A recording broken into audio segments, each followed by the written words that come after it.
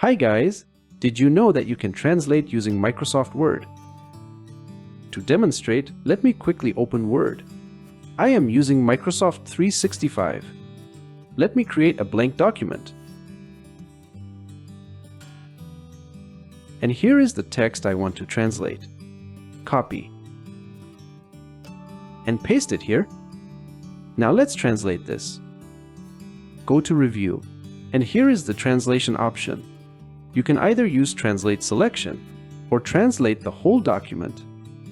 Let me select this all, and I will use a translation selection. Here you can choose the language you want to translate to. You find lots of language options. Choose any language you want. I will quickly demonstrate using a few languages.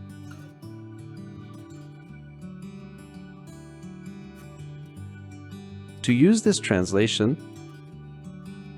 you can either copy this all, Ctrl+C, and paste it anywhere with Ctrl+V. You can replace this as well by clicking on Insert.